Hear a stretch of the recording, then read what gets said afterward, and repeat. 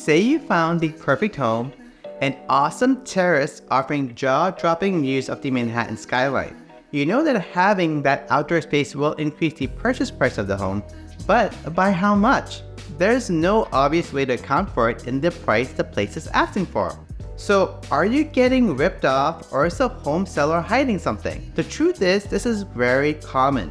It's quite difficult to put a price tag on outdoor space because there are so many factors you have to take into consideration. According to the appraisal firm Miller Samuel, the value of the interior and outdoor space is relational, and if the apartment is worth more, it will carry over to the exterior. Although there is no standard, many professionals in the local market use a 30 to 50% of the price per square foot of the interior area to come up with an estimate for the exterior. Valuing outdoor space for a vacation home in a tropical destination may be more straightforward. But in a place like New York, where it's cold most of the year, it rains and it snows, you can only use the outdoor space for a few months out of the year. So, the value of the outdoor space is roughly proportionate to how much use you can get out of the space. That being said, not all outdoor spaces are created equal. First of all, you have to ask yourself, what kind of space is it? Is it a teeny tiny Julia balcony, the ones you can barely step out onto? Or is it a massive backyard? Balconies tend to have the lowest value as they are small and don't offer as much functionality to spread out onto. According to House It, balconies tend to only be worth about 20 to 25% of the interior space. Terraces and roof decks, on the other hand, tend to be valued more highly. You can put furniture, invite your guests, and have gatherings. Terraces are more valuable than roof decks. That's because you don't have to walk up a flight of stairs to access them.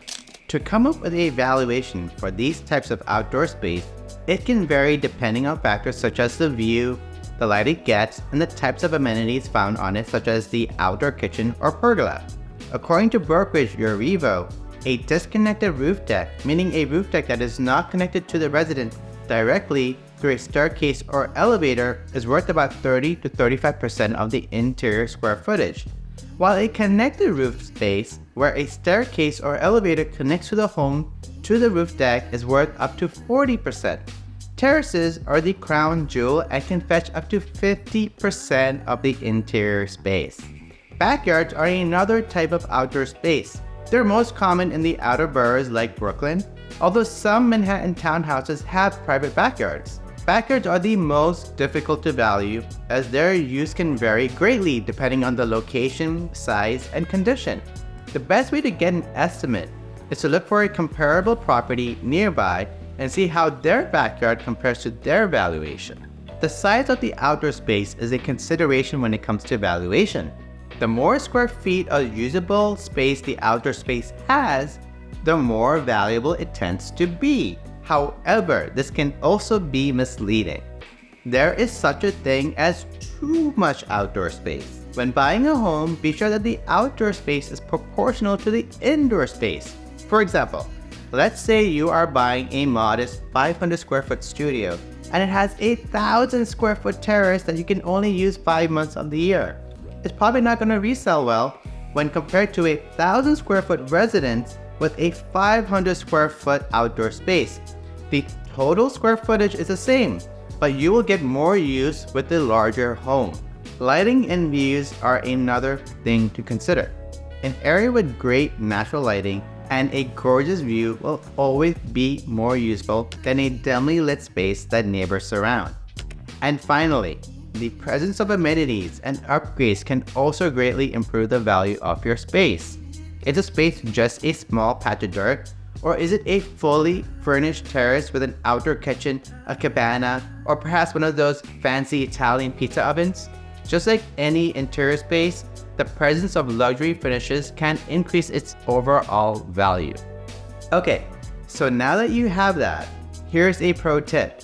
When is the best time to sell a home with outdoor space? If you said summer, you are correct. This is when buyers can walk onto an outdoor space and imagine themselves basking in the sun, having friends over, and doing a lot of entertaining. And if you're a homeowner considering selling your home that has outdoor space, consider sprucing it up to get maximum value. Taking all of these considerations I just went over, this is how you calculate the value of outdoor space. First, multiply the outdoor size by the interior price per square foot.